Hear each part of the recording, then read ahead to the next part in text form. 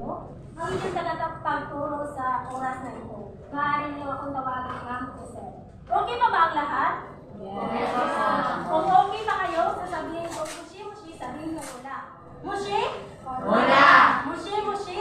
Wala, wala. Ngayon, may inihanda akong isang maikling tula para sa inyo at babasahin niyo ito na ginagamitan ng ekspresyon.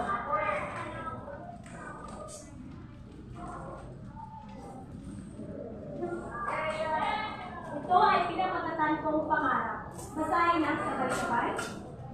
Ako'y nagbilang sa kabataan. Nangarap para sa kinabukasan. Pinaplano ang hinaharap upang simple at maginhawang buhay aking malasasak. Itim na toka at diploma'y gustong sungkitin. Kaya kahit minsan nahihirapan para sa pangarap ipinitin. Laban para sa mithiin. Ikaw, marami ka rin bang pangarap? Ako'y nabibilang sa kabataan na mangarap para sa kinabukasan.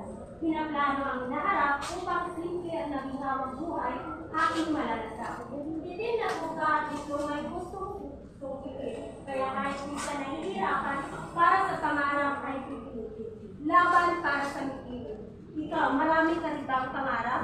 Ano ang nakapansin ninyo sa tulang ito? Nakaray? Ano pa? Ito ay gumagamit ng iba't ibang bantas, kagaya ng tandang pananaw, palamdam at tulo. Ito ay aliktado sa baktang ating katalakayan ngayon. At ito ay tungkol sa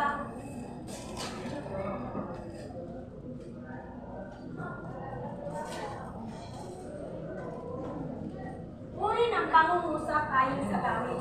Pero bago natin simulan ang ating formal na diskusyon, alamin muna natin ang ating mga layunin sa araw ng ito.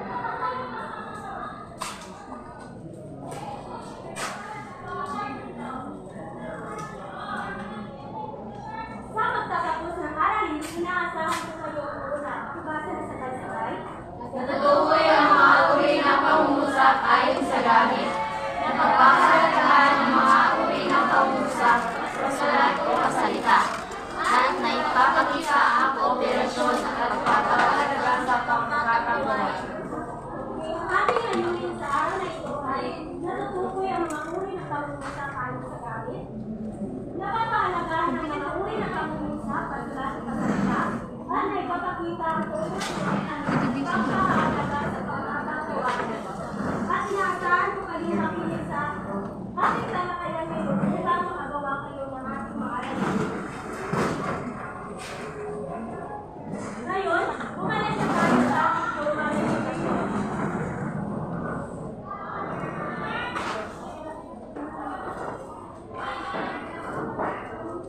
May limang uri ang pangungusap ayon sa gamit. Una, pasalaysay, patanong, panandam, pakiusap at pautos. Ngayon, alamin natin ang kahulugan ng pasalaysay.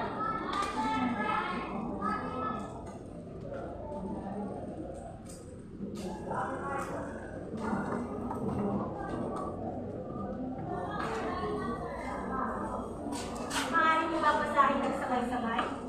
Ito ay pangungusapan ng salaysay. Okay. Ang pasalaysay ay pangungusap na nagsasalaysay mula kwento ng isang pangyayari at palagi ninyong tatandaan na ito ay nagtatapos sa pagpas ng ito. Halimbawa,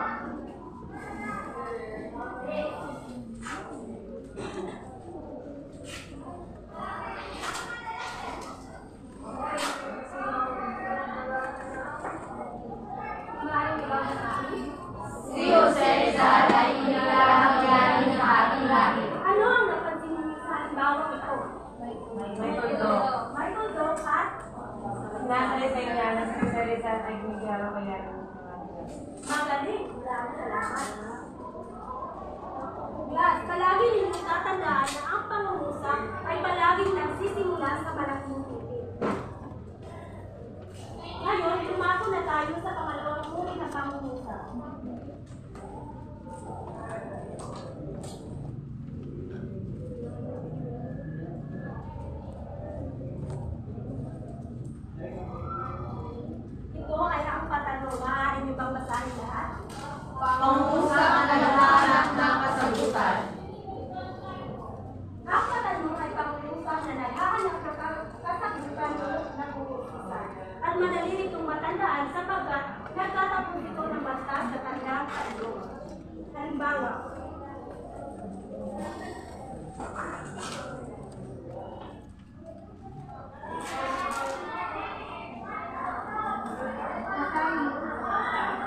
Saan po tayo pupunta?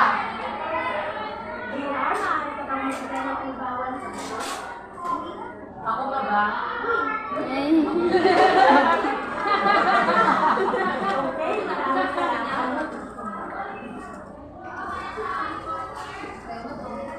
Rosalina, maaari ka bang magbigay ng pangalawang pangungusap na nagtatanong? JR, kumain ka na ba?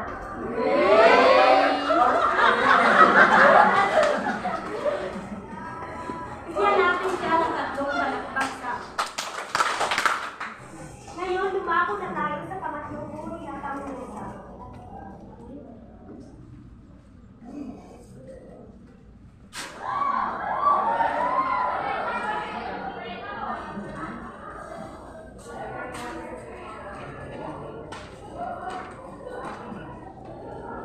Maaari ko bang basahin ng sabay-sabay? Ang pangusap na nagsasaad ng pinagdamit. Okay. Layin, maaari ka bang magbigay ng halimbawa ng pangungusap na nagamitan ng pagkakaliban? Aray, masakit ang ulo ko. Okay, maraming salamat. Bigyan natin siya ng limang bagsak. Ngayon, dahil alam kong lubos din ang nawawaan ng aming talakayan, may taon na ang pagkakaliban tayo.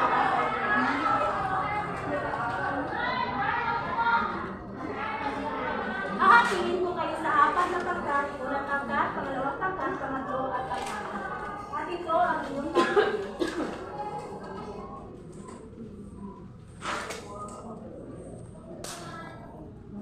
Pakibasa na sabay-sabay. Sa isang malinis na bond paper, sumulat ng dalawang sakmong matula. Batay sa paksa na matalaga sa inyong pangkat. Unang pangkat, guro. Pangalawang pangkat, edukasyon.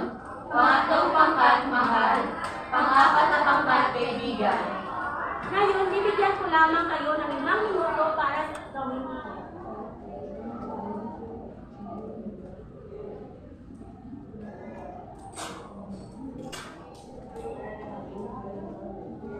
Tapos na ang 5 minuto para sa inyong paghahanda.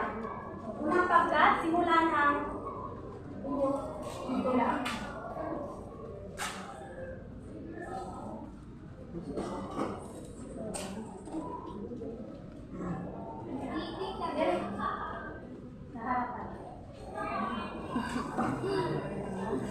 Pangalawang magulang kong tawagin, lahat kaya niya po.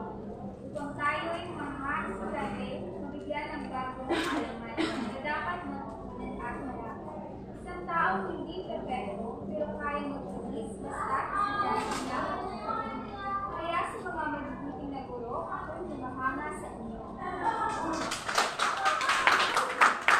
Ngayon, bigyan natin ng unang pagkat ng Angalita. Alam niyo ba kung ano ang Angalita? Hindi. Sa dalawa, ang galing. Sa dalawa, ang galing. Sa dalawa, ang galing-galing. Kaya sabay-sabay. Sa dalawa, ang galing. Sa dalawa, ang galing. Sa dalawa, ang galing, galing, galing. Pangalawang pagkat. Mahalagahan ng edukasyon. Ang edukasyon ay isang kayamanan kapag nadama. Kapag nadama mo, di mo malilimutan.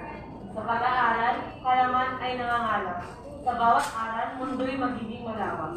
Sa paaralan, ating nakilala ang mga guro na nagtuturo sa ating ng tamang daan. Ito ay upang hinaharap ay maunawaan at maging handa sa mga hamon ng buhay.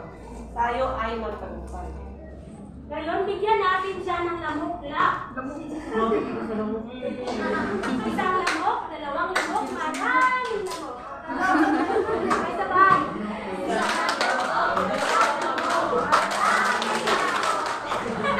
Ngayon, kapatid ng pagkat.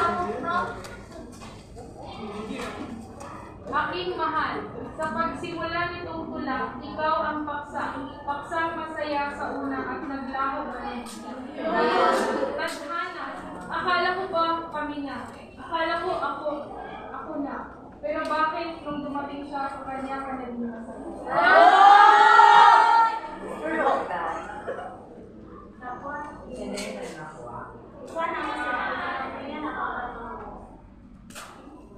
Okay, so very good. A round of applause for the